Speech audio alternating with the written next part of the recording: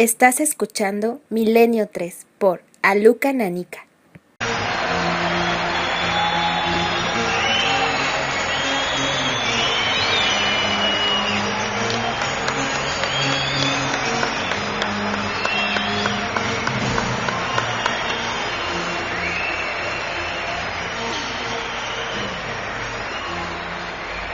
De verdad que se me ha puesto la carne de gallina ahora mismo y hacía mucho tiempo que no se me ponía, porque hemos estado ya una hora, como siempre hacemos en Milenio 3 cuando viajamos, y estamos aquí una vez más en un paraninfo de una universidad aquí en Ciudad Real. Es un orgullo doble para nosotros, es un orgullo, y hay que decirlo, que precisamente hoy han salido los datos de audiencia nuestros de Milenio 3 y hemos llegado a esas cotas que nos parecen, pues que nunca hubiéramos soñado a estas horas de la noche.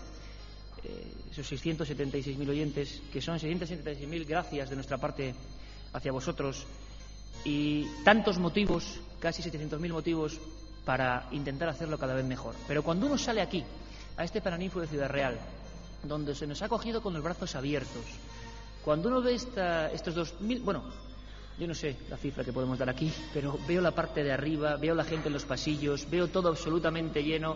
Nos saludan desde allí, nave del misterio, y más que nunca, de verdad que es emocionante hacer radio para vosotros. De verdad que es emocionante.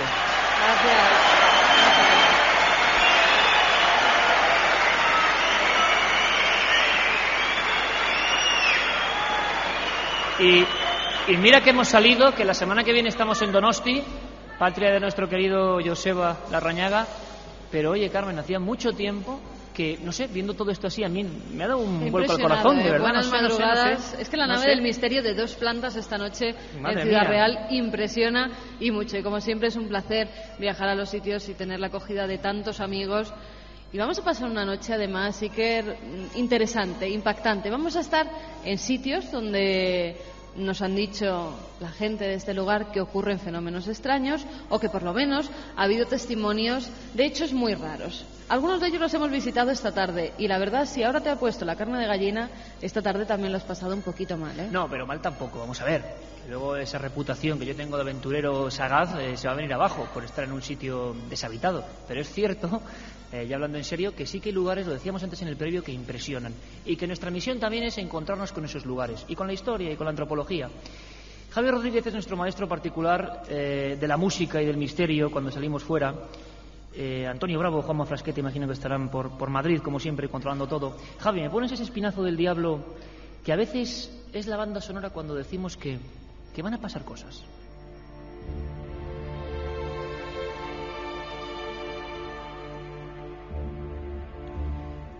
Podíamos contar muchas cosas de Ciudad Real, muchísimas. Yo en el previo también os decía, hemos visto imágenes, hemos visto vídeos, como siempre que vamos fuera, que una de las primeras, por ejemplo, historias de ovnis ocurrió aquí. 1826. Por cierto que, mira, tengo aquí recortes de prensa, que yo siempre que hablo de un documento es que está. Recortes de prensa de los periódicos de aquí, La Tribuna, Lanza, que hablan de hallazgos arqueológicos recientes. Se andan buscando los, vamos a decirlo así, restos de Quevedo, y se andan buscando también los cimientos de la antigua Universidad de Almagro, por ejemplo. Es decir, Ciudad Real, que es una ciudad con encantos todavía ocultos, por fortuna, para la provincia, tiene un pasado de culturas que adoraron a los difuntos y que sabían, como decíamos antes, muy bien por qué se enterraba en cierto sitio, por qué se hacían ciertas cosas. Es curioso porque nos plantearon en la provincia ir a hacer un programa, Carmen, a un sitio, Cerro de las Cabezas, si no recuerdo mal, a ver si lo logramos, donde también había una gran historia arqueológica. Y ya los oyentes de Milenio 3 saben que cuando hay arqueología de ciertos pueblos, por ejemplo los íberos, hay conexión con lo extraño, conexión con lo raro, desde tiempo inmemorial. Y ahora, en el siglo XXI, ¿qué? Bueno, pues en el siglo XXI hay ciertos lugares que también tienen un pasado misterioso, y no muy lejos de aquí. Es bien curioso. Vamos a confesarlo, Carmen. Cuando dijimos que veníamos a Ciudad Real, muchísima gente a través del mail, del SMS, nos hablaba de un lugar que tiene que ver con este paraninfo de la universidad. Nos hablaba de un rectorado, ¿no?, por ejemplo. Sí, allí además nos contaban muchos de esos mensajes que nos llegaban. Además, Las líneas ya están abiertas, Iker, aunque estemos fuera de nuestra casa en Gran Vía 32, el 7640, ya lo sabéis, palabra clave Milenio, espacio y como siempre, lo que vosotros queráis, ya están las líneas abiertas. Y a través de esa vía de contacto nos decían que había habido apariciones muy extrañas en un rectorado. Todas las descripciones coincidían en que era una especie de figura femenina, parecía ser una monja, porque llevaba como una capa y una toca sobre la cabeza y siempre se aparecía en el mismo sitio. En los aseos, también lo que son ahora los aseos de señoras del rectorado. Solo uno de los testimonios nos dijo que la había visto dando vueltas por los pasillos de ese rectorado y que solo se veía su sombra pasar por entre las ventanas. Y hemos sido conscientes de que evidentemente hay mucha leyenda, también lo decíamos antes, mucha leyenda que se va perpetuando de generación en generación, pero tampoco es absurdo pensar que en esos lugares es que hubo antes algo que puede tener que ver con la figura que muchos dicen ver. ¿Y cuál fue nuestra sorpresa al saber que eso fue Casa de Misericordia? Y caramba, enseguida cogemos aquí el cuaderno de notas y decimos, mira, esto pasa también en Sevilla, esto pasa también en lo que fue el Reina Sofía, antiguo Hospital San Carlos. Esto pasa en esos lugares de dolor, en esos lugares de emociones muy fuertes que siempre, según los antiguos o según ciertas teorías que no podemos comprobar científicamente, pero que la gente cree en ellas, se perpetúan. Los antiguos, los muy antiguos, como los etruscos o los egipcios, hablaban, fijaos, de una figura negra, oscura, que se llamaba Kaibit o sombra. Cuando uno va a las catacumbas egipcias, se encuentra muchas veces que junto a los faraones y junto a los regios enterramientos aparece una figura que fue incomprensible para los primeros traductores de ese lenguaje extraño. Era una sombra negra, sin cara, como un esqueleto prácticamente con piel, y que aparecía ahí y que no se sabía qué era. Sabían que los egipcios tenían el Ba, el Ka, el alma, la cara del difunto con forma de pájaro, pero ¿qué demonios era esa sombra?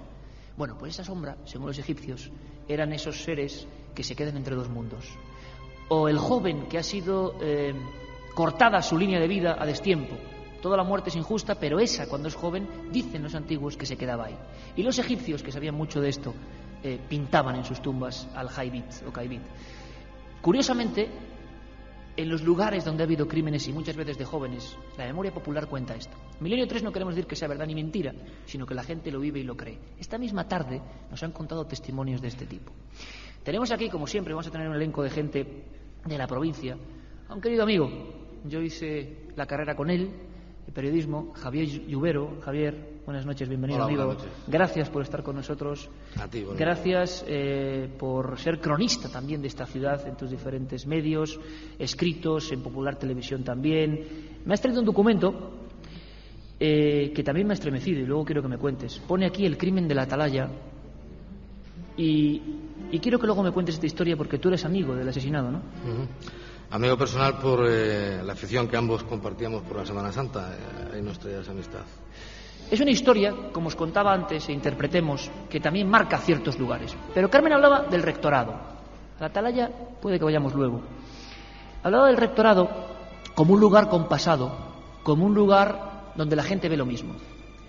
Hace poco, en Cuarto Milenio, nosotros hablábamos de la monja del Reina Sofía, pero decenas de testimonios e incluso miembros de vigilancia que se han tenido que dar de baja, porque no aguantaban más. ¿Qué veíais? Una religiosa, una monja. Y te quedas así y tienes que cerrar el caso y no se puede explicar. Nuestro compañero Alberto Granados, exactamente a la 1:46, creo que puede decirnos algo de dónde está. Alberto, buenas noches. Hola, muy buenas noches, compañeros. Pues tenemos el clima especial, yo creo, en esta noche mágica. Estamos ahora mismo en ese rectorado, tenemos todas las luces apagadas. Estoy paseando por uno de esos pasillos, a lo mejor de lo que fue una casa de misericordia, de lo que fue un hospicio. Aquí se cuidaban niños que estaban sin hogar, sin padres. Esto fue más tarde un cuartel militar, un cuartel de artillería. Hemos podido estar en lo que eran los antiguos calabozos, que se supone que también podía haber sido una antigua iglesia. Aquí hemos estado paseando y hay 1000 de historias que se cuentan en este rectorado. Como bien decía Carmen, parece ser que una figura de una monja se aparecía, pero son muchos los testimonios que se cuentan de este rectorado, de puertas que se abren y se cierran solas, de sonidos extraños, de luces, de ruidos. Ahora mismo me encuentro en uno de los patios.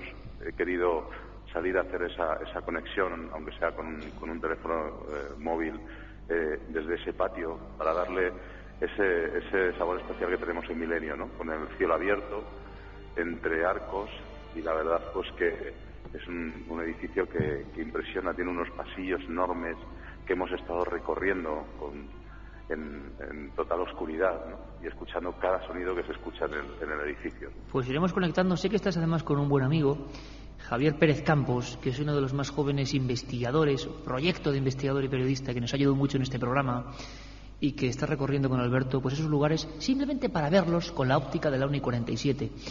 ¿Sabéis? Siempre nos dicen, oye, ¿por qué en estos sitios, cuando pasan supuestamente cosas raras, por qué es de noche? ¿Por qué no puede ser en pleno día? Bueno, hay diferentes teorías. Una de ellas es que de noche es que uno está solo y oye lo que igual por el día con la actividad normal no se oye. Y esos sonidos, naturales o no, se amplifican evidentemente. ¿Por qué la mayoría de testimonios que nos llegan son de vigilantes, señoras y señores de la limpieza, encargados o funcionarios con turnos que están absolutamente solos? Hace bien poco en Málaga un edificio oficial de la Junta de Andalucía entró en psicosis, se puede decir así, e intentamos tranquilizarles porque veían algo. Se repetía otra cosa que también se cuenta en el rectorado, que es algunas sillas, algunas cosas que se mueven. Se hablaba, por ejemplo, en ciertos sitios de un columpio que se movía también solo, ahí donde hubo niños. Siempre la misma historia, niños o jóvenes, vidas truncadas. Curiosamente íbamos a hablar también de un lugar donde hay vidas truncadas. Pero me gustaría, porque hay que empezar la casa por los cimientos y luego iremos conectando con Alberto en los diferentes experimentos que va a intentar hacer y contárnoslo con sus ojos, me gustaría acudir también a ciertos datos, que nada es casual. Hemos podido acudir, ni más ni menos que a el testimonio de Miguel Fernando Gómez Bonmediano. Él es el archivero en el Archivo Histórico Nacional, profesor de Historia Moderna de la Universidad Carlos III de Madrid. Y él es una persona absolutamente convencido de que, por ejemplo, en Ciudad Real, en ciertos lugares, la conexión entre lo antiguo y lo que pasa después en esos sitios es constante, ocurre. A veces les llegan denuncias o hay gente que dice, en esta casa, en Daimiel, por ejemplo, había sonidos, duendes, se hizo un proceso inquisitorial. Caramba, en esa casa se cavaba y había antiguos ídolos íberos, ¿no? O construcciones muy antiguas funerarias. Muchas veces se han encontrado frescos, huellas de que otra gente creyó que era un lugar apto para los muertos. Vamos a escuchar a Fernando Gómez Bonmediano, que nos habló de esta conexión aquí, en el Paraninfo de la Universidad de Ciudad Real, Milenio 3 en vivo, de esa especie de clip que siempre ocurre. Lugar con antigüedad remota, lugar habitado hace milenios, lugar con ciertos rituales antiguos y luego con el tiempo, sea lo que sea, pasan cosas. Está en el paraje conocido como Los Castillejos, en el término de Granátula de Calatrava. En realidad es un yacimiento arqueológico de primer nivel nacional que se encuentra en la carretera entre Almagro y Calza de Calatrava. Se trata de una zona volcánica que tiene restos de culturas de la Edad del Bronce. Estamos hablando del segundo milenio antes de Cristo. En realidad es una necrópolis, o por lo menos lo que más nos ha quedado de los restos es una necrópolis. Pues bien, en las inmediaciones está la llamada Cueva de la Encantada, que es un aljibe natural que fue, digamos, utilizado desde tiempos bastante remotos, en el que existe la leyenda que la noche de San Juan se aparece una gran bicha o culebra que se convierte en mujer. Según las versiones es una joven, o viene una anciana que se peina los cabellos de oro y que, digamos, está a la caza y captura de los incautos que se acercan en esa noche mágica por los alrededores. Hay que tener en cuenta que se trata de una zona, digamos, bastante singular. Está muy cerca de yacimientos ibero-romanos como Oretun y también ibero-visigodos como Zuqueca. Milenio 3. Iker Jiménez. Cadena SER.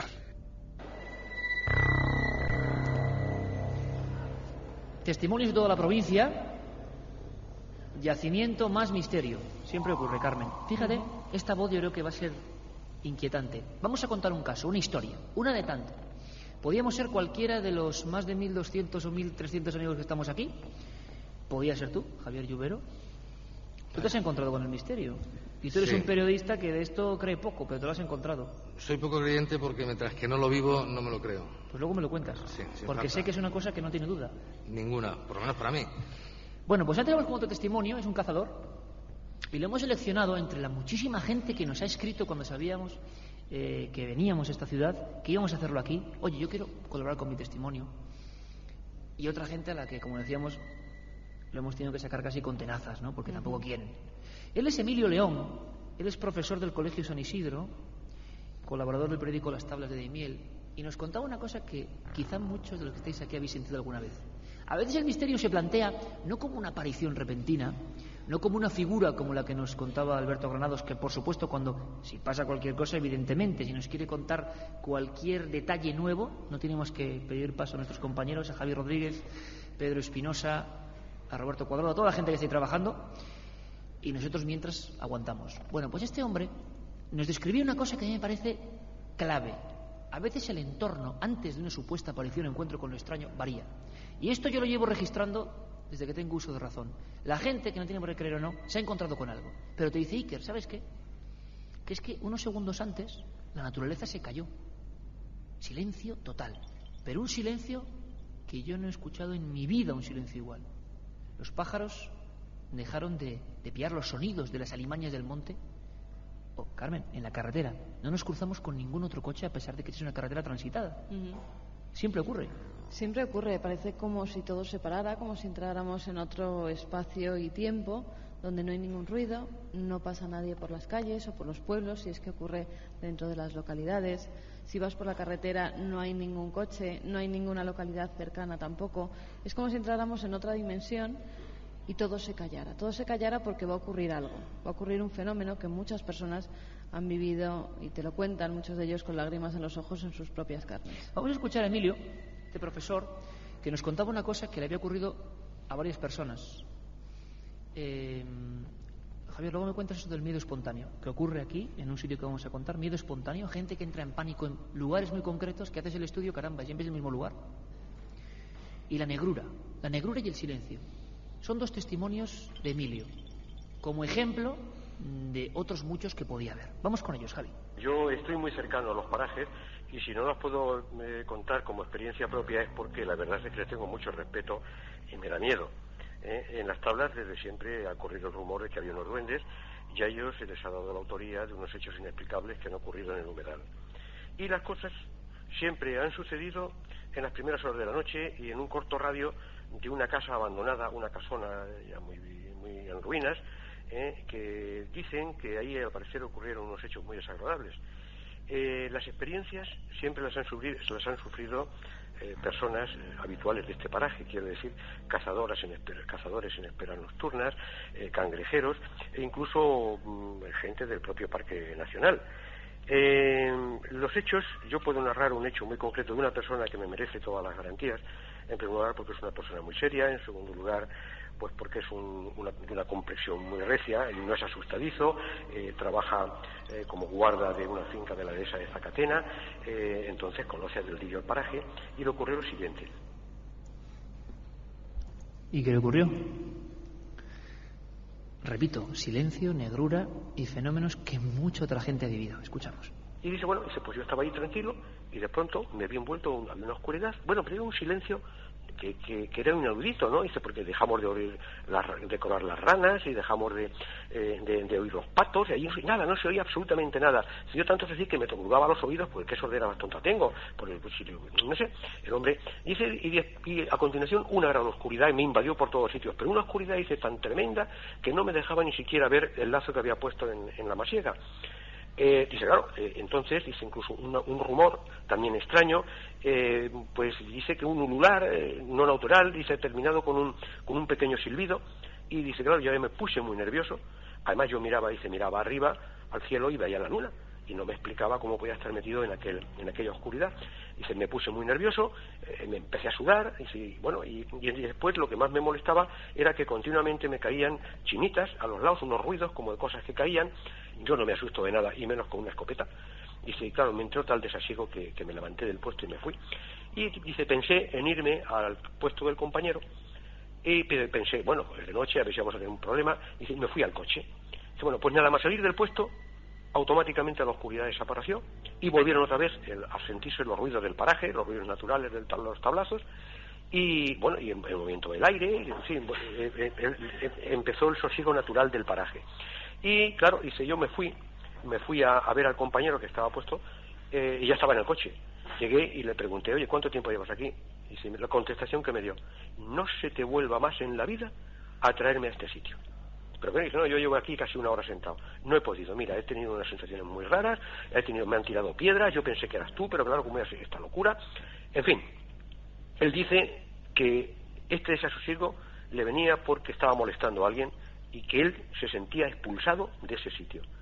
Milenio 3. Cadena SER. Con Iker Jiménez y todo su equipo. Javier Llubero, compañero de labores informativas en Ciudad Real, esto no es un caso aislado. Te has encontrado con decenas de este tipo de testimonios que has ido recogiendo. Bueno, yo he conocido varios testimonios y no sé si decir que afortunadamente lo he vivido en 2 ocasiones. Una de ellas es en Madrid y que, bueno, no viene al caso contar, la otra aquí en Ciudad Real. Y es simplemente estar en un sitio por la noche, que yo creo que es cuando el subconsciente está más perceptivo, no creo que sea otra razón, y de pronto, sin venir a cuento, tener verdadero pánico y no sabes a qué. Pero sientes la necesidad perentoria de marcharte de allí inmediatamente y te vas. Y el problema está en que lo único que coincido con lo que acabamos de oír es en el silencio que aparece. O sea, dejar de oír los pájaros o los grillos, que es por la noche, en verano.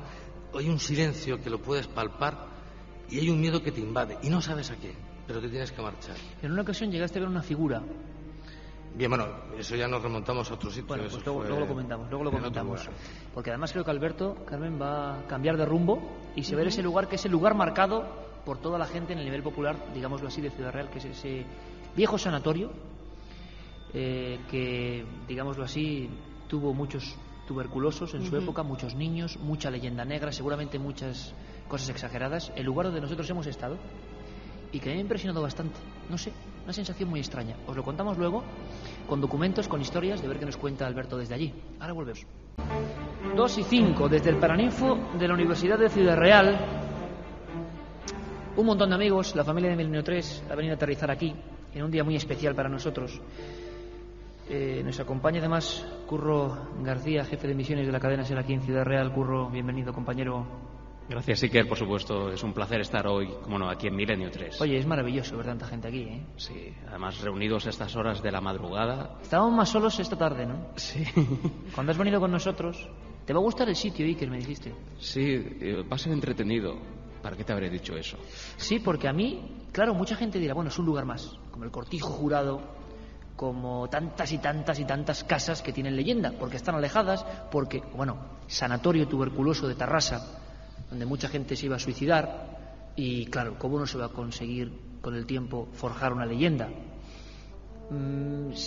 Cuando íbamos con el coche de la cadena SER a dar una vuelta por esos lares, porque a nosotros nos gusta hablar de lo que conocemos, de lo que hemos pisado, de lo que hemos visto y de lo que hemos sentido, y como he dicho antes, yo de sensitivo tengo muy poco, por desgracia, pero viene sensación de densidad. Javier Llubero, compañero, tú me decías ahora, micrófono cerrado en el informativo, que claro, que había un detalle, que esa sensación de pánico, de irte de aquí, de sentirte expulsado por algo que no sabes, era en la Atalaya. Era en la Atalaya, precisamente, sobre todo al principio de lo que sería el parque forestal, entre la puerta y lo que es el chiringuito que hay montado hace años que no se abre. Y yo lo pasé y conozco a mucha gente que le ha sucedido lo mismo, o sea que no ha sido algún caso aislado. El preventorio de Aigües de Busot en Alicante, ¿te acuerdas, Carmen? Pero, por ejemplo, estuvimos allí en un preventorio de niños que iban algunos a morir allí, sí, y que vivían aislados de la ciudad, pero no nos dio ninguna sensación. A las 1:30 de la mañana hasta las 3 y pico de la madrugada, y la verdad es que no tuvimos ninguna sensación. Estaba muy derruido, se habían contado muchas historias que habían ocurrido allí, la aparición de un niño jugando por los campos que había alrededor. Estaban en muy malas condiciones, pero entramos en todas las habitaciones y la verdad es que no sentimos nada extraordinario. Era como pasear por la noche por un sitio abandonado, pero no nos decía nada. Están abiertas las líneas 7640 para Hora Milenio. ¿Hay alguna gente de Ciudad Real que haya hablado de la Atalaya o que lo haya sugerido? Pues por el momento nos han hablado de otras cosas. ¿Ah, sí? De otras apariciones de monjas, nos dice, pero se ha cortado ahí el mensaje, que no se dan solo en el rectorado. Además nos lo comenta un amigo que está en el Paraninfo, seguramente con el teléfono móvil en silencio. Y también nos dicen, a mi bisabuelo se le apareció un ser camino Virgen de las Nieves, patrona de Almagro, murió por ello. Un cariñoso saludo de vuestra fiel Vicky, que es de Bolaños, en Ciudad Real. ¿Que se le apareció algo y murió por ello? un ser, nos dice, camino Bueno, de la Virgen de las Me Nieves. gustaría conocer esa historia. También Sergio desde Benicarló dice, por favor no me hagáis esto, que estoy solo currando en una nave y no se oye nada. Me estáis sugestionando, pero me gusta. Bueno, un amigo que le gusta pasarlo mal. El amigo de mi gran amigo manda un saludo a todo Ciudad Real, a mi hermano Alberto, que debe estar por aquí, a su primo Abraham, y gracias por el programa desde Daimiel. Nos dice también Lola desde Vitoria que es verdad que en sitios tan grandes que sobre todo han sido habitados por niños sientes algo especial en tu propio cuerpo. También desde Aragón nos dicen que la nave del misterio se le ve desde allí. ¡Qué deslumbramos! ¡Qué felicidades! Y que ha pasado algo en la fortaleza templaria de Calatrava. Pues Bueno, que nos cuente qué ha pasado. Lo dejamos ahí porque toda España está ahora conectando con esta cédula central. Solo una aparición. En un pozo de Zaragoza, cerca de un pozo, se ve a una señora vestida de época que pide ayuda.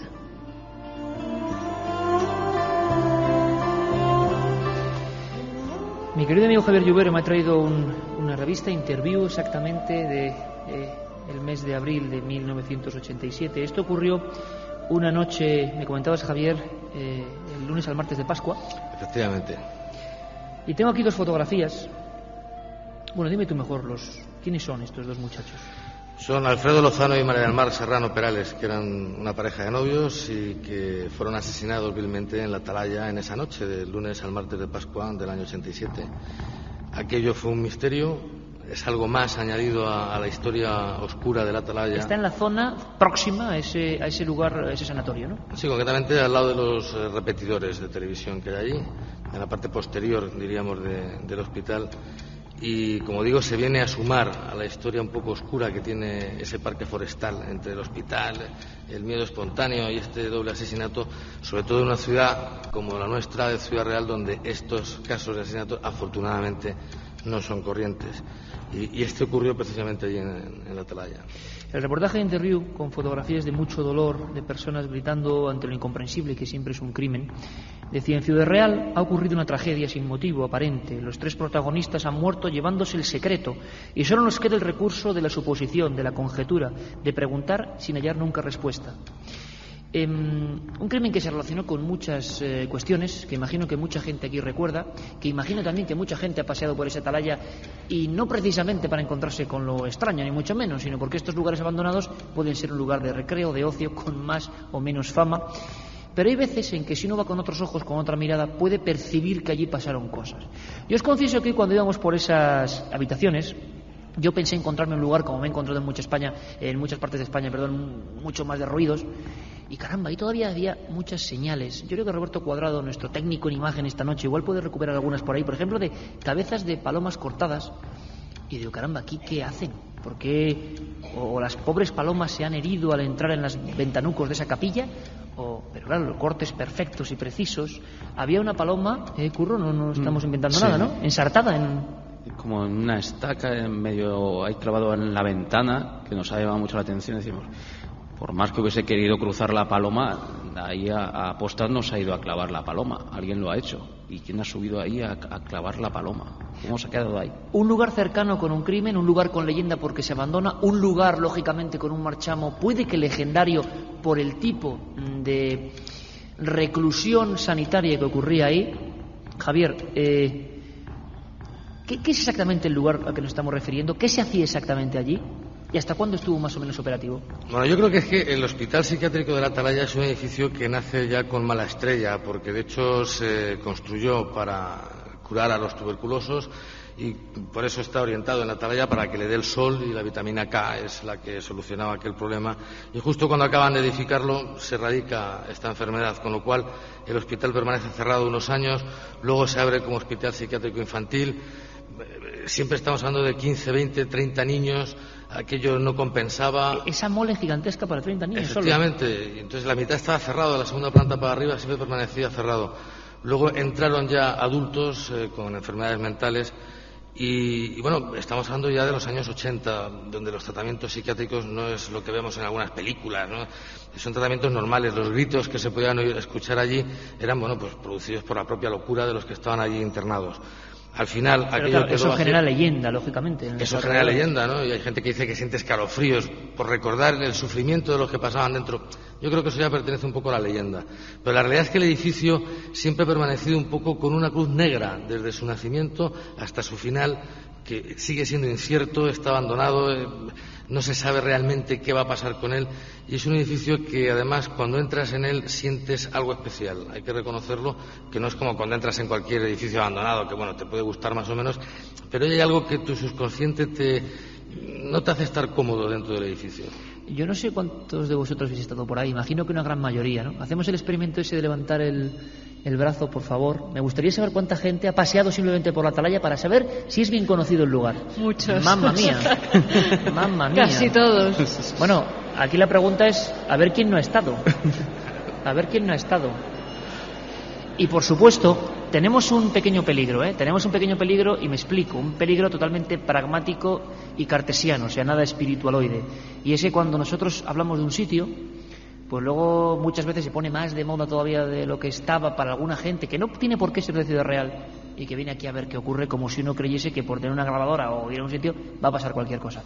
Yo sí que pido, precisamente por el buen trato que estamos recibiendo en Ciudad Real, que haya mucho respeto, como en cualquier lugar de España. Y que la tengan gente... mucho cuidado, porque Claro. hay partes del hospital que nosotros hemos paseado y solemos ir con todos los cuidados del mundo porque estamos acostumbrados a meternos en esta serie de sitios. Siempre vamos con alguien que conoce el lugar, en este caso nos ha acompañado Curro y hemos ido siempre con mucho cuidado. Y puede haber accidentes que no querríamos, accidentes desgraciados, porque se puede Que ha habido caer muchos en Hogueras algo del del Misterio. techo o pueden meter el pie en algún sitio. Me impresiona mucho lo de los ascensores, esos orificios de los ascensores, pero de verdad, a mí me impresiona mucho ir llegando con el coche. Y os lo digo de verdad, que es que no es agregar nada, sino que hemos hablado de muchas ciudades con otros sitios y bueno, está ahí, han hablado. El campo de fútbol, por ejemplo, tenía la hierba larguísima, ¿no? De que nadie la corta porque nadie juega. Los columpios estaban metidos entre las malezas porque nadie se columpia. Pero uno se imagina lo que hubo ahí. Las piscinas, el papel pintado de algunas habitaciones. Y Curro, para la gente que está en Ciudad Real, desde el punto de vista también periodístico, tenemos a dos grandes cronistas de esta ciudad, del latir de esta ciudad. ¿Supone esa leyenda algo más? O sea, todos habéis hecho reportajes, ¿no?, de ese lugar. Sí, además hemos escuchado también muchas leyendas de lo que la gente sigue haciendo, por qué van allí.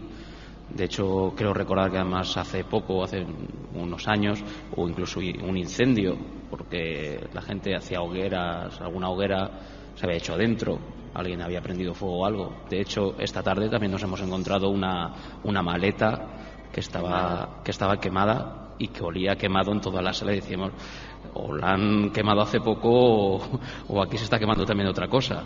O sea que la verdad es que, pero sobre todo la sensación, porque yo había pasado ya hace tiempo por allí con un problema con un familiar, y volver allí y verlo cerrado. Tú lo viste en actividad, por lo tanto, sí, también. Y ver esos pasillos y esa sensación de decir, el sufrimiento que ha habido aquí, ¿no? La gente que ha debido de pasar por aquí.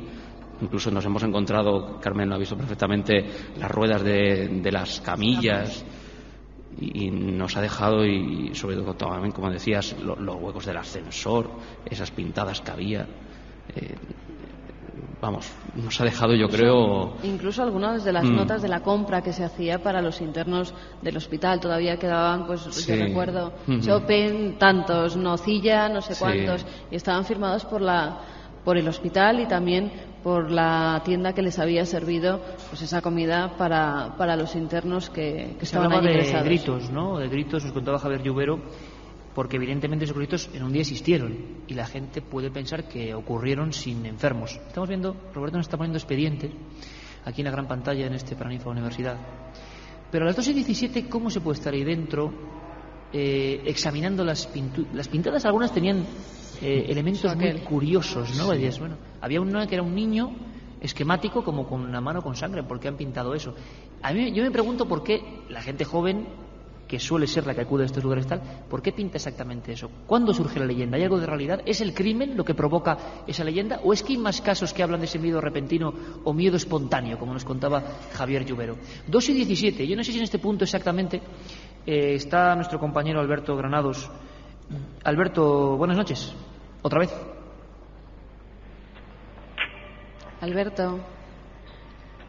Alberto Granados, desde la Atalaya en Ciudad Real, buenas noches. Mira que si le pasa algo en directo. Espero que no. Vamos. Alberto, ¿nos escuchas? Bueno, pues no se escucha. Luego volvemos a conectar. Yo solo he escuchado con unos pasos. Sí. Espero que sean los de Alberto.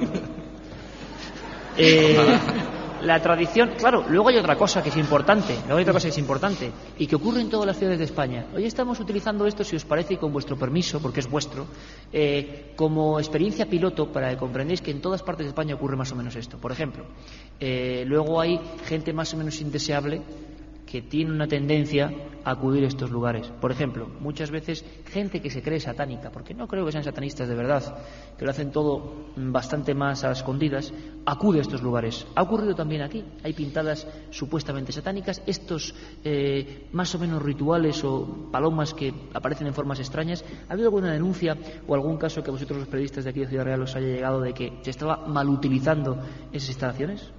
Hombre, yo tengo que decir que incendios el verano pasado hubo 2, concretamente allí, o sea que sigue entrando gente. Y yo que he tenido la oportunidad de recorrerme casi todo el edificio, hay algunas pintadas amenazadoras, de aquí se mata a tal hora y vamos a matar a los que vengan y tal, y con algunos nombres, y algunas cruces boca abajo. O sea, hay algunas pintadas que evidentemente de una persona joven normal no creo que sean. Y qué mueve a esas personas a hacer ese tipo de pintadas es complejo saberlo.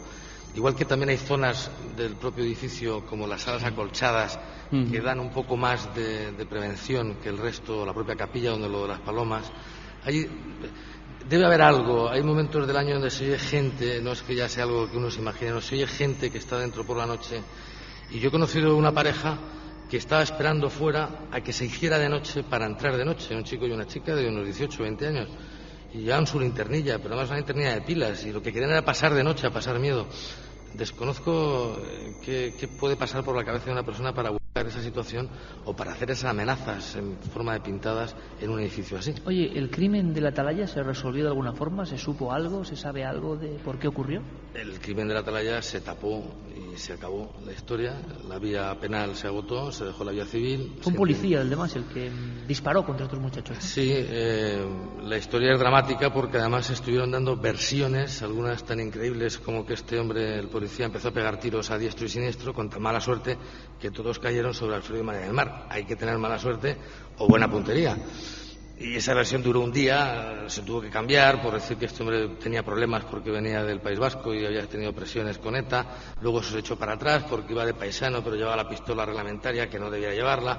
En fin, aquello se tapó y se indemnizó la familia y se acabó. Y lo único que consiguió al final que estos chicos estén enterrados, la madrastra de ella, porque no era su madre, murió de pena, y ya me has dicho por los médicos. ¿Esta señora que aparece aquí? Sí, una mujer además que llamaba la atención porque era una mujer muy alta y una mujer muy fornida, y ya al final se la veía consumida en sí misma y murió de pena, porque no fue capaz de superar que su única hija, que era hijastra de su segundo matrimonio, pues le hubiera desaparecido de esa manera tan injustificable, ¿no?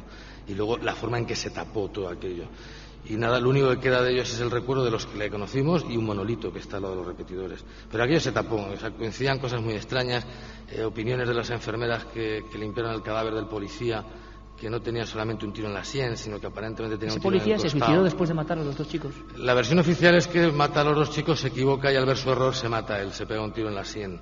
Pero según una enfermera que limpió el cadáver, como he dicho antes, tenía otro tiro en el costado. Yo no conozco a nadie que se suicide pegándose un tiro en el costado. Entonces, ¿qué pasó allí? Incómodo. Pues la otra versión que hay es que el policía efectivamente, es una versión que se puede uno creer o no, estaba trapicheando allí en la Atalaya y estos chicos estaban en el peor sitio y en el peor momento. Entonces, para evitar testigos, uno de ellos se puso nervioso, se le iba a tiros con ellos, los mató, descargó su revólver, porque era el arma oficial, en la parte trasera del coche, con toda la sangre fría, y lo volvió a cargar, y que el compañero fue el que, para pararle, le pegó 2 tiros y lo metió en el coche.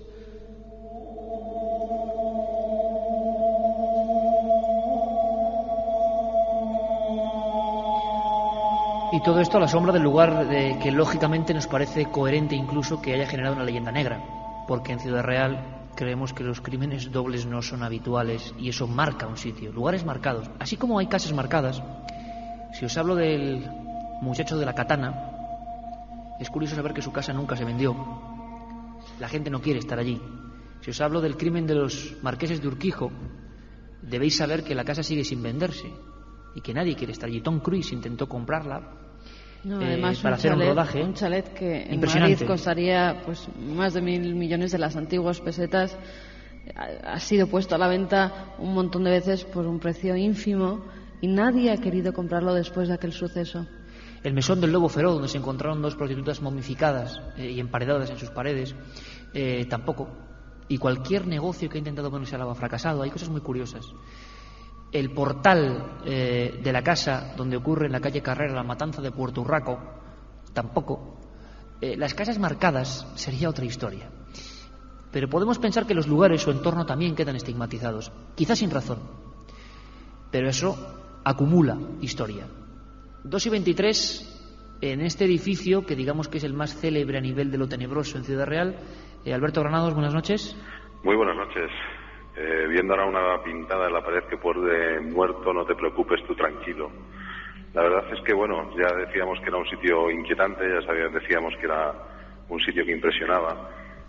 Y bueno, pues ahora con la oscuridad, pues la verdad es que nos hemos quedado un par de veces paralizados, ¿no? Por los sonidos que guarda este antiguo psiquiátrico, ¿no? ¿Hay ruidos lógicos, naturales? Hay muchos ruidos. Bueno, también hay que decir que ya empieza a llegar a alguna persona que está escuchando el programa y que se va acercando un poco siempre que tenemos una investigación, ¿no? Pues cuidado con Alberto, que tiene contrato para largo plazo en Milenio. Entonces, no queremos perderlo. Sobre todo es un edificio, bueno, tú sabes que es descomunal. Es un edificio enorme. Como una ciudad paralela pequeña. Uy, Alberto, algo te ha pasado. Que no den sustos, porque en esta situación, a estas horas de la mañana, en un hospital abandonado, por favor, que la gente tenga un poco de prudencia, porque nos puede matar a nuestro reportero de un susto. Que todas las ventanas, como sabéis, están sin cristales. Es un edificio enorme en el que hay una corriente de aire tremenda. Entonces los sonidos del aire son muchos los que podemos escuchar aquí. También hemos visto y hemos comprobado esta tarde que hay un montón de palomas que se anidan dentro de este edificio, que ha sido un poco el susto que nos acabamos de dar, como han salido 6 o 7 palomas del techo a toda velocidad, asustadas por la linterna que llevamos, ¿no? Y bueno, pues escuchando también esos sonidos de fondo, está todo lleno de cascotes. Hemos podido comprobar cómo hay pues algunas fracturas. Todavía quedan viejos restos de este hospital o de este antiguo hospital, ¿no? Os lo escuchaba comentar un poco la historia, ¿no? La historia de este antiguo hospital de tuberculosos que precisamente deja de funcionar de esa manera para funcionar directamente de otra, ¿no? De psiquiátrico, primero infantil. Parece que bueno, pues aquí había mucha gente, aquí ha habido dolor, se decía que se escuchaban gritos. Y bueno, pues son muchos los testimonios de gente que dice que este edificio tiene algo muy especial, ¿no? La verdad es que sí, la verdad es que es un edificio que impresiona, son muchos metros. Sobre todo yo creo que lo que más puede impresionar es la cantidad de pasillos que tiene, unos pasillos kilométricos en el que, bueno, pues cuando vas, por ejemplo, a estas horas de la noche iluminando con una linterna, pues la verdad es que impresiona bastante, ¿no? Oye, Curro, ¿tú qué recuerdo tienes de cuando tenías que hacer, pues, por motivos familiares, aquellas visitas a ese sitio? ¿Qué se te quedó? ¿Qué imagen se te quedó? Siempre hay una. Bueno, supongo que la cantidad de gente y decías los problemas que tenía cada uno, ¿no? La imagen, la cara que tenían ellos, los enfermos.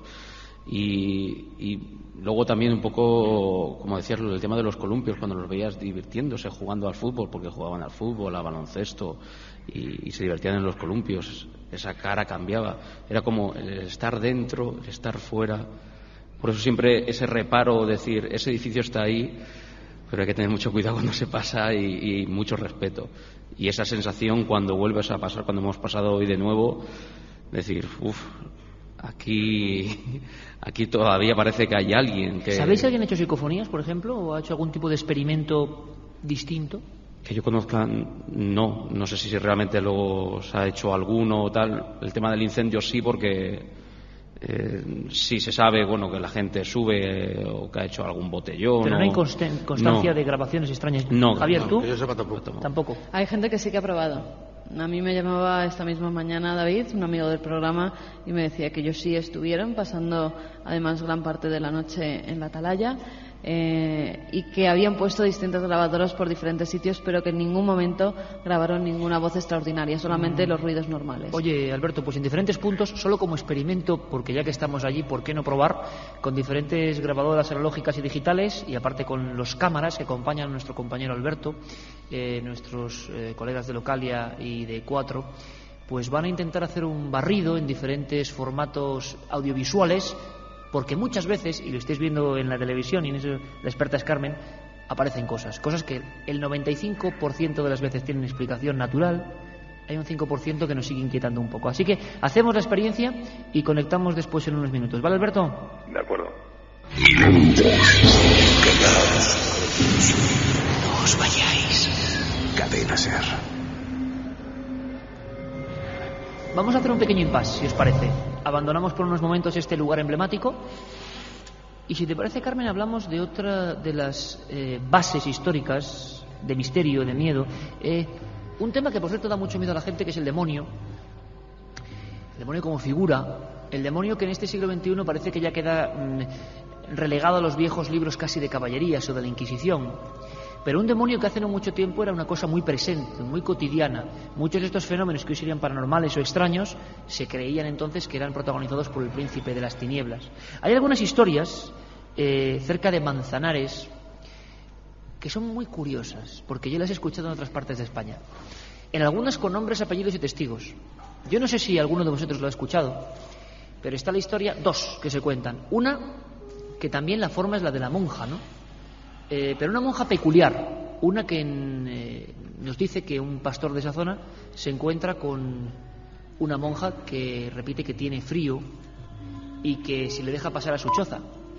Y ese pastor, en este caso con nombre, José Pancho Campo, en Extremadura, que es el lugar donde hemos logrado saber que eso era real, por lo menos que había un testimonio, que era una leyenda, abre la compuerta de su pequeña choza donde los pastores se refugiaban y ve a esa monja. La historia se cuenta en Ciudad Real exactamente igual.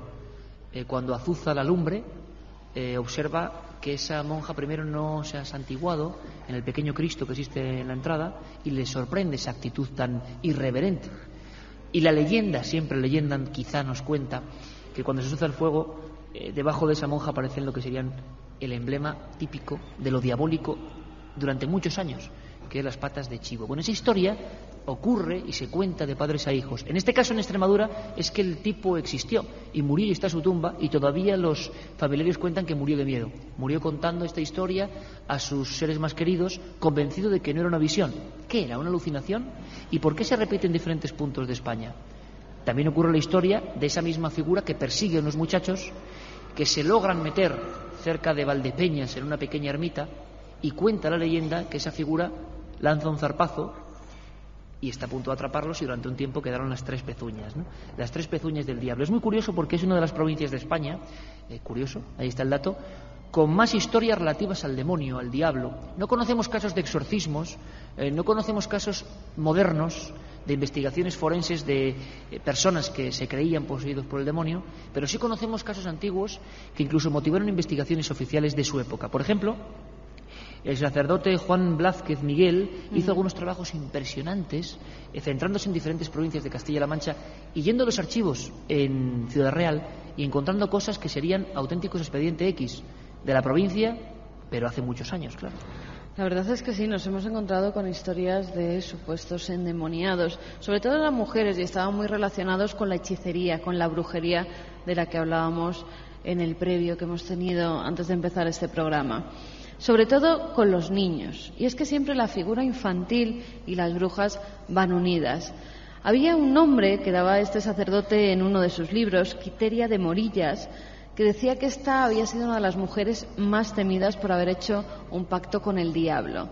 Justamente cuando da una gota de sangre para ese mal que viene a visitarla una noche a su dormitorio, le pide el primer favor. Ese demonio le dice que tiene que hacer algo para demostrar que ha hecho un pacto con él. Y lo que hace es irse a casa de un vecino y a su bebé de pocos meses, con sus propias manos, lo ahoga, lo estrangula. A raíz de ahí empiezan a desaparecer y asesinar niños.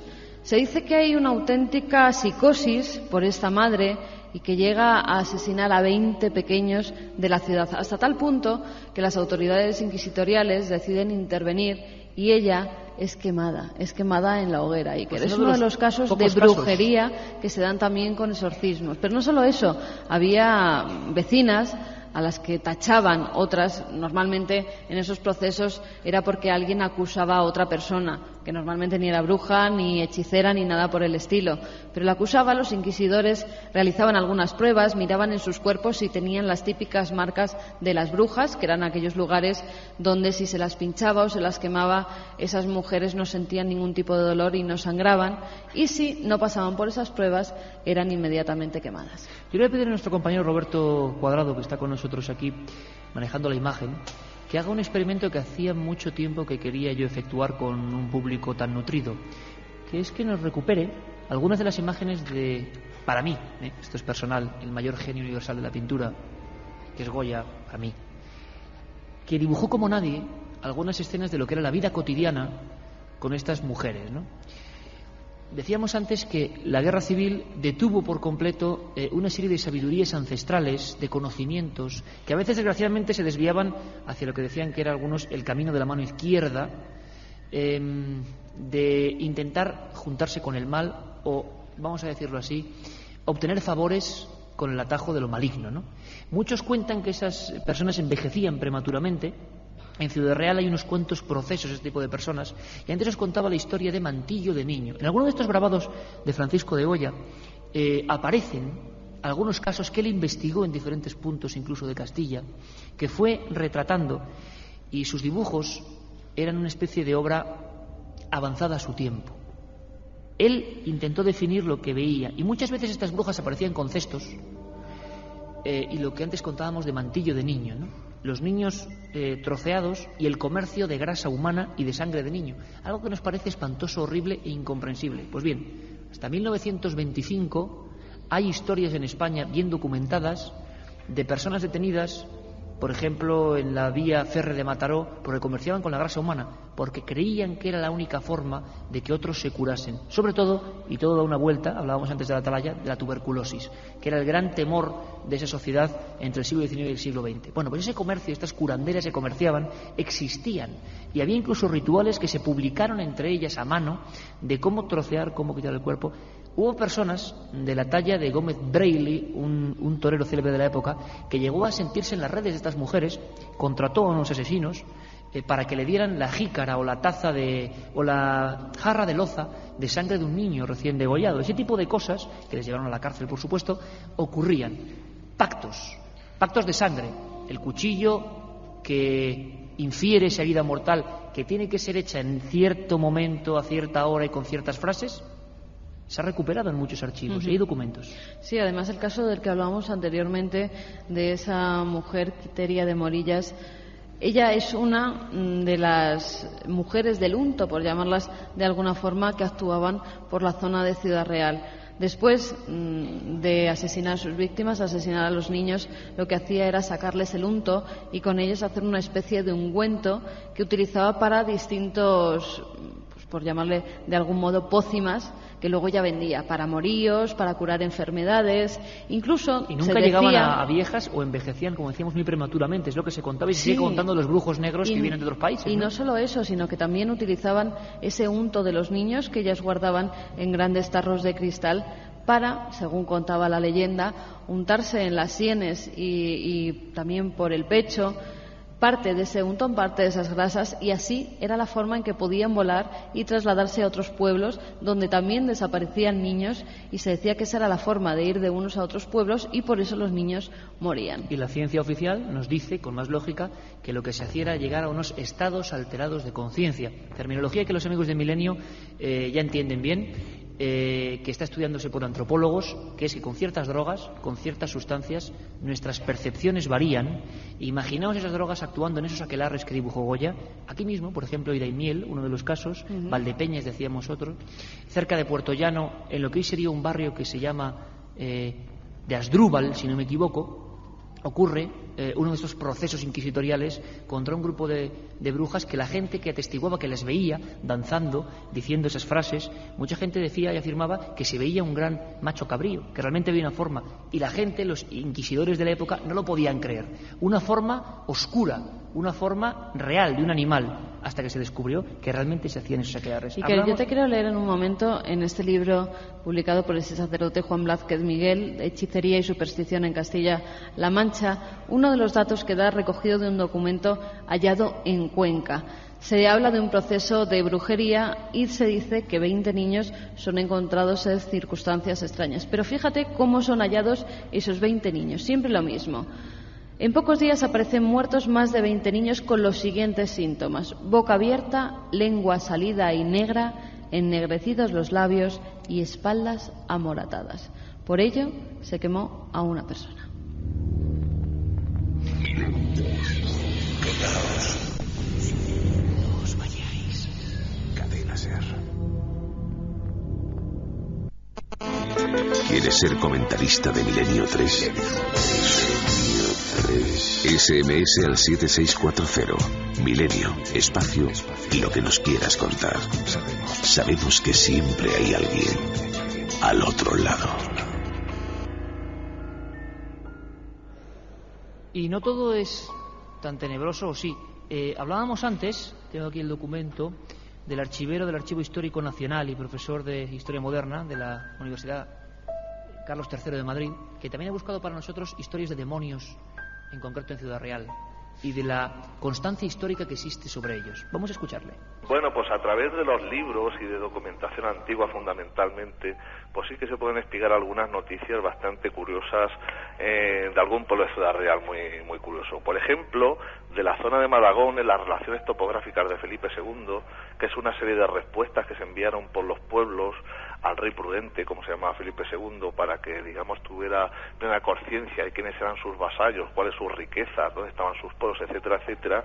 Pues precisamente las relaciones que se mandan desde, creo que era desde Malagón, se menciona a un vecino que pudo volar utilizando una salar de buitre.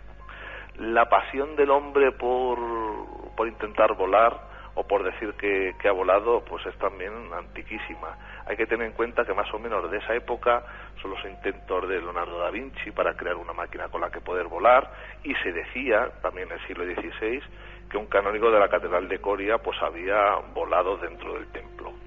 Lo cierto y lo curioso es que precisamente en las sierras de Malagón está la segunda colonia europea de buitre negro. Y para muchos esto fue una leyenda casi diabólica, una figura de un hombre que en el tiempo de Leonardo da Vinci, y esto creo que es bueno, intentó avanzar a su tiempo, se puso en las salas de buitre, y hay gente que afirma en esos protocolos de Felipe II que ocurrió de verdad, que el hombre acabó estampado después de, claro, unos intentos que nos suenan un poco a locura, pero también estaba loco Leonardo da Vinci, y lo intentaba por aquellas carrascas y barrancos próximos a esa población de Ciudad Real, y es una leyenda que hoy se cuenta y se sigue investigando, y sé ahora especialmente si es real o no, ¿no? O si alguien, por lo menos, para algunos en arrebato diabólico de locura, intentó un sueño que decían que era de dementes, pero que ahora el hombre vuela. Él lo intentaba hacer poniendo una especie de maquinario. ¿Conocías la historia, Curro? No. ¿Conocías tú la historia, Javier? Yo sí la había oído alguna vez, pero vamos, detalles. En Malagón. Sí, ese pueblo. Y el hombre acabó pereciendo después de unos intentos que nos parecen un poco... Eso es evidente, vamos, la realidad es inevitable, y el hombre falleció, no sé si fue varios intentos, bastantes, y uno de ellos le costó la vida. Es bonito saber que aquí han pasado cosas curiosas también en el aire. Estamos hablando de la tierra, pero en el aire también. Yo os decía antes, os hablaba antes a los amigos que estamos aquí de la tinaja voladora, ¿os acordáis? Que ha causado bastante expectación y que se recogió en algunos archivos, y creo que tenemos incluso los documentos y los dibujos de lo que se interpretó, de lo que ocurrió.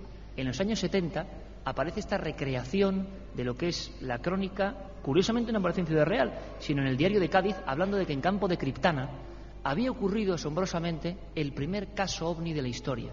120 años antes de que nadie hablase de estos temas, de que nadie, por supuesto, creyese, ni mucho menos que había objetos voladores no identificados. Fijaos la noticia: tinaja voladora sobre la Mancha. Pero es que la gente, sobre las 7:50 de la mañana de un día de febrero, el 14 de febrero de ese año, observa algo gigantesco. Esto es pura antropología y habría que saber qué ocurrió. Y dicen que cae a tierra y que se investiga, se indaga, pero al final no se encuentra nada ni nadie. Quería traer este documento porque es el primero que hay en España, junto con otro en Villaviciosa de Odón, de supuestos fenómenos aéreos anómalos que motivan investigación oficial, que hacen que la gente de verdad vaya a buscar los trozos de eso que supuestamente, según todos, se estrelló. Una gigantesca tinaja que hacía un ruido parecido al de un panal de abejas y que estaba envuelto en fuego. Bueno, curiosísimo. El dibujo que le hemos sacado de nuestros archivos para la historia y que debe ser proyectado aquí como se merece. Ahora hablamos de otras cosas. Javier, tú me decías antes que hay personas que ya no solo es cuestión de sensaciones, ¿no? Imagino que todos los que están aquí quieren ver si ha habido, por ejemplo, una aparición, lo que llaman espectral.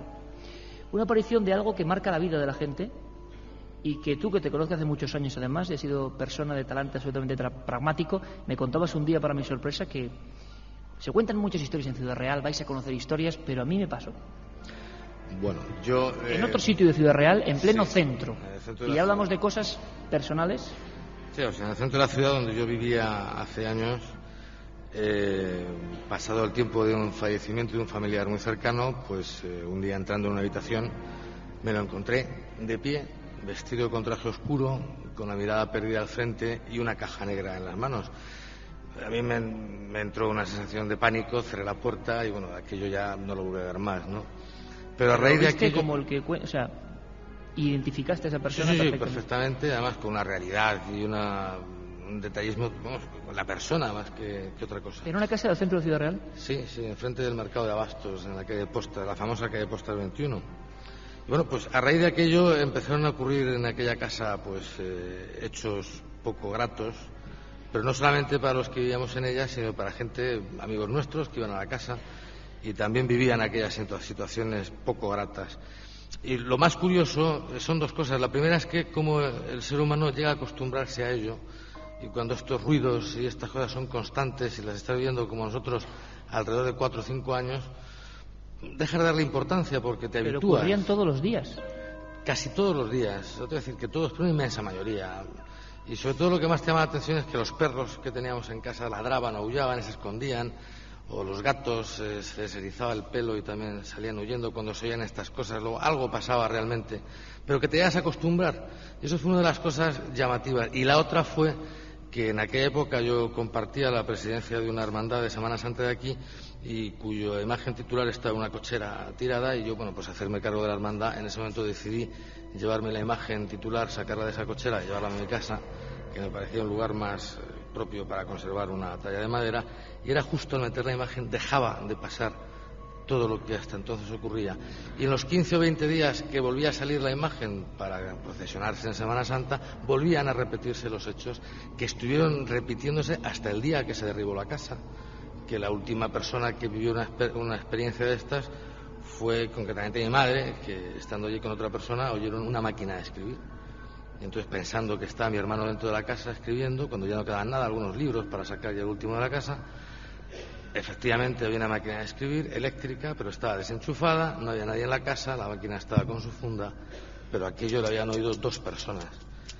Y algo ocurría en aquella casa, eso es evidente. Pero las 2 cosas extrañas sobre todo eran la imagen de un Cristo que hiciera que aquello desapareciera y cómo se habitúa el ser humano a estos hechos cuando son repetitivos, ¿no? Eso es llamativo. Has dicho la imagen de un Cristo y muchas veces la contraposición de iconos en los que uno cree puede dar un resultado positivo. Hay una de las imágenes más impactantes que he visto de un Cristo, y por supuesto no lo mostramos aquí como elemento de herejía o de menosprecio, o de todo lo contrario, porque es un elemento ritual, lo que contaba Carmen, es que en archivos de Ciudad Real se encontraron procesos de brujería.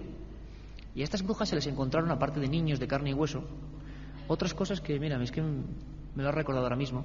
Vamos a ver si tenemos ese documento, los que llamaban Cristos amputados, que se utilizaban. La imagen tiene mucha fuerza, porque ¿quién puede hacer esto, no? Porque imagino que todo el mundo, más o menos coherente, respeta las creencias de todo el mundo. En muchos de los procesos de intervención de algunos de estos casos ya en el siglo XX y remarcados por la prensa, se encontraban también escenas con este tipo de elementos, ¿no? Esto se utilizaba para ciertos rituales de alta magia negra curiosamente coincidentes con muchos casos, con muchos entornos donde luego la gente describió cosas como la que nos cuenta Javier Lluvero, que repito, fue compañero mío de facultad y es una persona que no tenía ninguna creencia especial en el más allá, pero su testimonio, lo habéis escuchado, es tan claro como los cientos que a veces pasan por Milenio 3. Oye, yo lo vi y es esto. Y seguro que mucha gente que está aquí, los más de 1000 amigos que están aquí, alguno de ellos tiene temor en contarlo, pero sabe que a él le ocurrió. Y como decíamos al principio, a este fenómeno, sea lo que sea, le da igual que creas o no. 2:48 en la Atalaya se encuentra Alberto Granados. Buenas noches de nuevo, Alberto. ¿Por dónde andas? Muy buenas noches. Pues yo creo que estoy en uno de los sitios más inquietantes de este antiguo hospital, ¿no? Lo que debió ser la antigua capilla. Lo hemos visitado juntos esta tarde. Bueno, pues ahora de noche la verdad es que es bastante más inquietante todavía, ¿no? Tiene unas antiguas, lo que debieron de ser unas vidrieras totalmente destruidas, un montón de pintadas, es una nave bastante amplia, y ese falso techo en el que está lleno de palomas y en el que se las oye corretear asustadas un poco por la luz de la linterna, ¿no? Yo creo que este es quizá uno de los sitios pues que no sé, que te da más sensaciones, ¿no? Oye, Alberto, ¿habéis sí. visto más animales decapitados de esa forma que parecían hechos con un cuchillo, vamos, limpio, que es lo que nos ha extrañado un poco? Sí, la verdad es que, bueno, hemos visto la cabeza de esa paloma, como habíamos comentado. Aquí, curiosamente, en esta capilla, no sé si lo habéis comentado, hay una paloma totalmente como atravesada en un alambre y clavada en una de las ventanas, ¿no? Pero que además parece como si por ella, o está hecha de hoy, o como si por ella no hubiera pasado el tiempo, ¿no? Se ha quedado ahí como fosilizada, ¿no? ¿Has hecho las experiencias psicofónicas, Alberto? Sí, estamos grabando, de momento no hemos podido escuchar nada, pero sí estamos dando una vuelta con el minidisc, escuchando y estando atentos a todos los sonidos que podemos encontrar, y yo creo que pues la investigación vendrá un poquito más adelante cuando tranquilamente podamos escuchar todo lo que estamos grabando, ¿no? Bueno, disfrutaremos de esas imágenes, vamos a intentar hacer un amplio reportaje sobre una leyenda, porque muchas personas nos afirmaban lo mismo y no sabemos hasta qué punto si es verdad o no, o es lo que se cuenta. Hablaban de un niño, antes comentaba Carmen la imagen de un niño en los columpios, ¿no? Pues bueno, mucha gente, sin conexión entre ellos, que han escrito a Milenio 3 en estas semanas previas de viaje, nos hablaban de que personalmente habían podido ver experiencias de este tipo, Carmen, allí. Sí, la verdad es que sí, sobre todo comentaban los alaridos, los gritos que se podían escuchar por las noches en los alrededores de este edificio. Antes he comentado que mucha gente ha intentado realizar psicofonías y que en ningún momento ha salido nada extraordinario, por lo menos a nosotros no nos ha llegado. Pero sí que es cierto que hay mucha gente que nos está diciendo que pasó noches allí, incluso en el 7640, en esa vía de contacto, nos llegan mensajes que hacen referencia a la Atalaya. Unos dicen que es simplemente un lugar abandonado y que es pura sugestión lo que allí se vive cuando entras, y también vamos a ver si lo encuentro, porque nos ha escrito uno de los auxiliares que ahora está cuidando lo que eran los niños que habían vivido en la Atalaya y que fueron trasladados. Pues él los está cuidando y dice que muchas de las cosas que se cuentan son puras leyendas. Bueno, y aquí lo dejamos claro, porque muchos de estos sitios concentran leyendas durante mucho tiempo y ya no sabemos desbrozar la realidad de la ficción. La historia de un niño pequeño que jugaba en esos columpios que ya no tienen sentido y que paseaba por ahí. ¿Alguno de vosotros creéis que en alguna ocasión os ha pasado algo más allá de la sugestión en ese lugar? Me gustaría también volver a hacer el experimento. He visto que había muchos brazos levantados de gente que ha estado allí con diferentes motivos.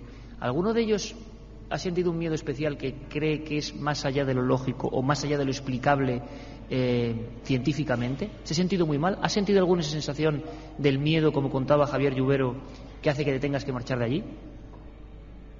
Me gustaría ver si alguien se atreve. Allí hay una mano levantada y al fondo arriba. Pero de todo este amplísimo auditorio, una persona. Pues luego nos lo tienen que contar, ¿eh? Sí. Porque me da la impresión de que está ocurriendo lo que muchas veces comentamos, Javier. Y es que cuando uno entra a decir, bueno, ¿has estado? Yo he estado. Sin problema. Otro. Parece que se van animando. Claro, dice, sin problema, yo he estado. Pero cuando ya son 2 manos, 3, se van animando. La sensación es que es difícil, y yo lo entiendo, dar el paso de decir, ¿por qué hago este experimento? Para que comprendáis que muchas veces la gente, y estoy convencido de que hay gente que le ha pasado cosas, pero que no quiere tampoco decirlo, y menos en público, y menos en su ciudad, No sé si me entendéis ahora mejor, ¿no? La gente a veces que vive cosas, contarlo, es una experiencia traumática. Por eso yo agradezco que personas como Javier Lluvero lo digan sin ningún problema. ¿Por qué se supuso algún problema para ti, Javier?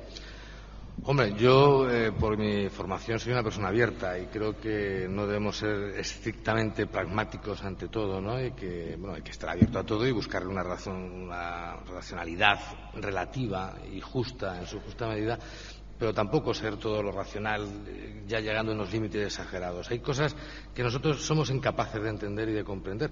No quiere decir esto a lo mejor que vengan del más allá o que sea, no, que no entendemos de momento y que a lo mejor pues entenderemos o entenderán nuestros descendientes, pero eso no quita que sea ni vergonzante ni preocupante el haber sentido una experiencia. ¿Cuánta gente cuando se ha muerto un familiar muy cercano en esas noches ha visto la imagen de ese familiar en su entorno habitual, ha olido algo, digamos, que tenía que ver con ese familiar y que era un olor que para él tenía una importancia? Y directamente cuántas personas han visto como si fuera un mensaje en el marco de la puerta de su propio dormitorio. Si os hacéis una idea de la cantidad de casos que hemos recogido de gente que muchos de ellos nos dicen, por favor, no digas mi nombre, por cargos importantes, pero mira, me ha ocurrido esto. ¿Cuándo llegará, Javier, el día en que podamos romper un poco ese tabú, ¿no? Y contarlo así abiertamente en tu ciudad? Mira, me pasó esto, yo no sé qué es. No hay dudas. ¿Qué sentiste en ese momento exacto? ¿Cuál es la imagen que se te queda de esa figura? ¿Inquietud? Hombre, yo reconozco que en aquel momento pasé bastante miedo, sinceramente, ¿no? ¿Es un miedo diferente al miedo físico, al miedo del peligro que uno pasa en circunstancias de la vida diferentes? No, yo que soy aficionado a los toros, una vez me encontré delante de un toro que me impidió moverme las piernas. Yo creo que gracias a eso el toro no me hizo nada porque pensó que yo era una cosa más que una persona. Pero es un miedo distinto, porque es un miedo irracional y se escapa un poco de lo que tú controlas. Yo creo que es un miedo que tu subconsciente te está controlando a ti y tu consciente en ese momento desaparece.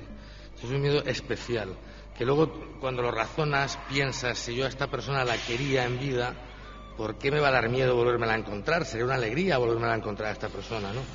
Pero la realidad, cuando eso ocurre, es todo lo contrario, porque yo creo que ahí el consciente se relaja y es el subconsciente el que está mandando.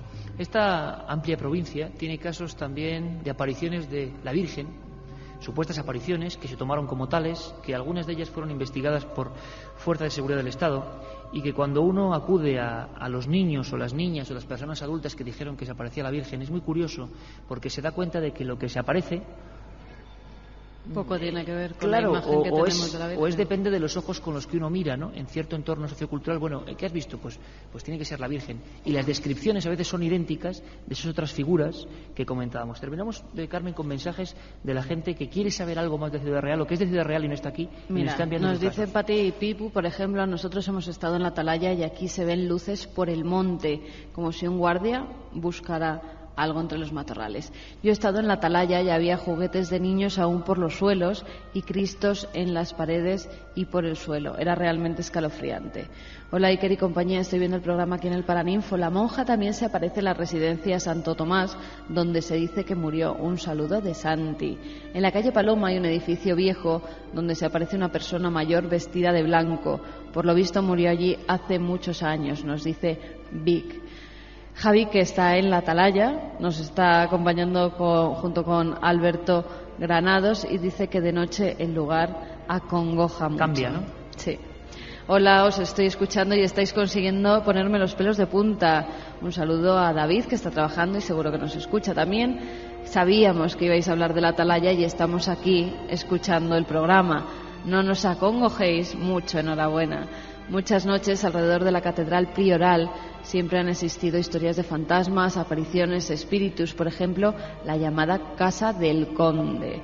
Me lo estáis haciendo pasar fatal, sobre todo porque me he quedado sin entrada y os tengo que escuchar desde la cama. Un saludo desde Manzanares y espero veros la próxima vez. Pues nosotros a ti también. ¿Y por qué no comentáis los lloros y lamentos que se oyen en el hospitalillo ya abandonado de Alcázar de San Juan? Nos dice Marta desde Alcázar. Como veis, 2:57 quedarían para hacer muchos programas, muchas historias. Si siguiésemos ampliando el abanico de 7640, llegarían muchos testigos de muchas cosas que ocurren y que habitualmente no se cuentan. Nuestra misión es que toda España haya conocido algunos elementos concretos, desgraciadamente teñidos por la crónica negra en este caso, porque hubo un crimen no bien resuelto y que marcó esa zona, esa zona que se ha convertido en leyenda. Solo pedimos respeto para el lugar. Yo creo, Curro, que habría que dejarlo con ese mensaje, ¿no? Sí. Que la gente no vaya ahora a lo loco, que no se crea que en la Atalaya pasan cosas asombrosas porque sí, ni mucho menos, que tenga mucho cuidado porque es un lugar peligroso, pero no por los espíritus, sino por las condiciones de oscuridad y de grandes huecos, un peligro evidente, ¿no? Dejar ese mensaje como final. Sobre todo porque además los techos están prácticamente derruidos, la escayola se puede caer en algunas partes. Lo que has comentado de los agujeros de los ascensores, que son peligrosos, nos hemos acercado a hacer fotos y hemos tenido que tener mucha precaución, así es que, sobre todo eso, respeto. Javier, hace escasos segundos nos llega un mensaje que a lo mejor puede continuar con los misterios de la Atalaya. David nos dice: yo he estado allí, conozco al jefe de mantenimiento que trabajaba allí y me contó el suicidio de un interno que se tiró por una de las ventanas de la Atalaya. Lo dejamos ahí, 2:59. Javier Lluvero, compañero, que ha sido un placer y que me sigue llenando de orgullo la valentía de un compañero. Si a mí me hubiera pasado, pues igual no lo decía así de abiertamente, pero la demostración de que los misterios están ahí, uno los puede ver y no pasa nada. Un placer, amigo. Muchas gracias a ti, de verdad. Bueno, y todo un equipo, toda una alineación, Curro. Muchísimas gracias, compañero. Claro que sí, desde Ser Ciudad Real, que nos han tratado fenomenal. Domingo Camacho, que es nuestro director, Curro García, en la organización, Pedro García, los técnicos del Paraninfo, Emilio Turriño, nuestros técnicos de la SER, José Ortega, Roberto Cuadrado, Javier Rodríguez, Pedro Espinosa, Curro Serrano, que lo organiza todo, y los técnicos en Madrid, Antonio Bravo y Juanma Frasquet. Carmen, que muchas gracias. Gracias, amigos. Gracias, Ciudad Real. Ha sido un placer, amigos. Gracias. Mañana nos escuchamos. Hasta siempre.